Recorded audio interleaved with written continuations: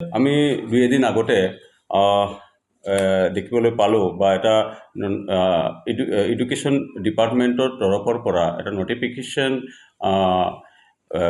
LP স্কুলৰ প্ৰধান শিক্ষকসকললৈ প্ৰেৰণ কৰা গৈছে আৰু তাত লিখা আছে স্পষ্টকৈ যে LP স্কুলত কমানৰ পৰা বা LP স্কুলত মানে ছাত্ৰ ছাত্ৰী কোনটো জাতি জনগোষ্ঠীৰ কিমান আছে, বড়োৱে হওক, নেপালীয়ে হওক বা কুৰুকেই হওক, তাত সেই বস্তুটো তেওঁলোকক এটা ফৰ্মেট দিয়া গৈছে আৰু সেইটো ফিল আপ কৰি দিয়াৰ কাৰণে আহ্বান জনাইছে। কিন্তু তাত আমাৰ ক'বলগীয়া নাই চৰকাৰে কি পদক্ষেপ লৈছে শিক্ষাক লৈ ফালে ভাল ক্ষেত্ৰত আমাৰ সদায় মানে আমি ধন্যবাদ জ্ঞাপন কৰিম বা আদৰণি জনাম। কিন্তু তাত আমি এটা ত্ৰুটি আমি দেখিবলৈ পাইছোঁ যে উড়িয়া বুলিও মেনশ্যন আছে আৰু তাত তাৰমানে সম্বলপুৰী বুলিও কোৱা গৈছে। তো আমাৰ উড়িয়া আৰু সম্বলপুৰী এই দুটা বস্তু বেলেগ নহয়, এটাই হয়, উড়িয়া বুলিহে কোৱা যায়। আৰু উড়িয়া জনগোষ্ঠীৰ মাজত মানে 100কে ওপৰত প্ৰায় 150ৰ টাইটেল আছে। তাত হয়তো কোনোবা সম্বলপুৰীও থাকিব পাৰে বা কোনোবাই কটকৰো কোনোবা থাকিব পাৰে, কিন্তু এজ এ হোল তাৰমানে উড়িয়াই হয়। কাৰণ সম্বলপুৰী বুলি ক'লে তাত সুকীয়াকৈ তেওঁলোকৰ কোনো লিপি নাই। এতিয়া উড়িয়াৰ যিটো ভাষা, কোনোবা সম্বলপুৰী ভাষা কোনোবাই কটকৰ মানুহ যদি কয় বুজি পোৱাত কোনো অসুবিধা নাই। যেনেকৈ তাৰমানে অসমৰ ক্ষেত্ৰত আপাৰ আছামৰ যিটো ভাষা, লয়াৰ আছামৰ যিটো ভাষাৰ ক্ষেত্ৰত কিছু ব্যতিক্ৰম আছে, তথাপিও সকলোৱে বুজি পায় আৰু তাত অসমীয়া বুলিহে কোৱা যায়। কিন্তু আমাৰ উড়িয়া জনগোষ্ঠীক তাৰমানে সম্বলপুৰী আৰু উড়িয়া এই দুটা নাম দি আমাৰ মাজত তাৰমানে বিভ্ৰান্তি বা এটা ডিভাইড পলিচি কৰাটো আমি কেতিয়াও সহ্য নকৰোঁ।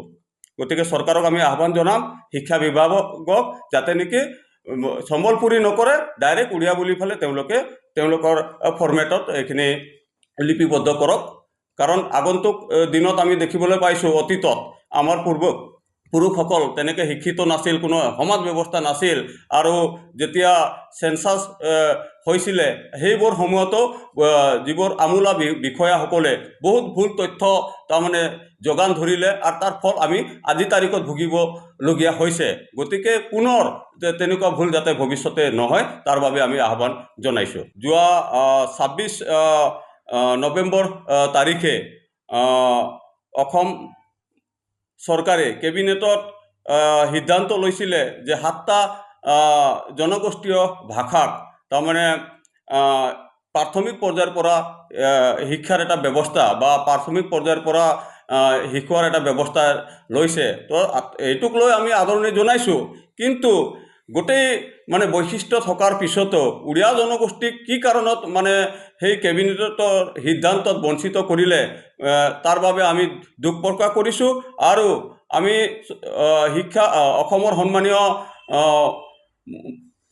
মুখ্যমন্ত্ৰী ডক্টৰ হিমন্ত বিশ্ব শৰ্মা আৰু শিক্ষামন্ত্ৰী ডক্টৰ ৰণোজ পেগু ডাঙৰীয়াক আহ্বান জনাম যে অতি সোনকালে আমাৰ উড়িয়া ভাষাক যাতে নেকি প্ৰাধান্য দিয়ে শিক্ষা বিভাগত বা শিক্ষাত যিটো পঢ়াৰ যিটো ব্যৱস্থা, যি প্ৰক্ৰিয়াৰে তেওঁলোকে 7টা জাতি জনগোষ্ঠীক শিক্ষাৰ মৰ্যাদা দিবলৈ ওলাই আছে, ঠিক তেনেকুৱা একে প্ৰকাৰে তাৰমানে উড়িয়া জাতিক বা উড়িয়া ভাষাকো যাতে মৰ্যাদা দিয়ে তাৰ বাবে আমি আহ্বান জনাইছোঁ।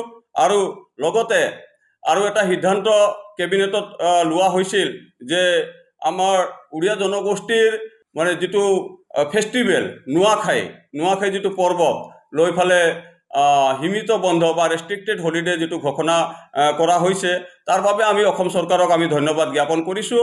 আৰু লগতে আমি চৰকাৰক আমি আপোনালোকৰ সংবাদ মাধ্যমৰ দ্বাৰা আহ্বান জনাম যে কেৱল ৰেষ্ট্ৰিক্টেড হলিডে দিলেই জাতিটোৰ মানে যিটো আনন্দ সেইটো পূৰ্ণাংগ নহ'ব। গতিকে যাতে নেকি পেড হলিডে দিয়ে, হাজিৰা যাতে নেকি বন্ধ দিয়ে নুৱাখাইৰ দিনটোত 28 যিটো আগষ্ট হ'ব 2025ত, তাৰ বাবে আমি অসমীয়া যুৱ ছাত্ৰ পৰিষদৰ তৰফৰ পৰা চৰকাৰক মানে আহ্বান জনাম। আৰু স্পষ্ট কথা আমি আজি আহ্বান জনাই আছোঁ।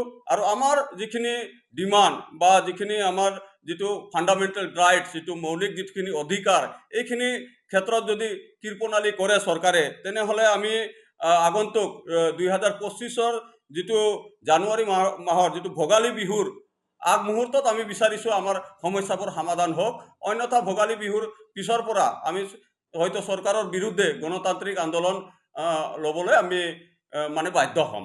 আমি বাৰম্বাৰ দাবী উত্থাপন কৰি আহিছোঁ আৰু বিভিন্ন সময়ত আমি স্মাৰক পত্ৰও তেখেতসকলক দি আহিছোঁ বাৰম্বাৰ। তৎসত্ত্বেও কি কাৰণত তেওঁলোকে মানে উড়িয়া জনগোষ্ঠীক মাহীমাকৰ দৃষ্টিৰে চাবলৈ বিচাৰা বুলি আমি ক'ব লাগিব। কাৰণ অন্যান্য জাতি জনগোষ্ঠীক যদি সাংবিধানিক অধিকাৰ দি আছে, তেনেহ'লে সেই একেখন অসমতে উড়িয়া জনগোষ্ঠী আমি আছোঁ।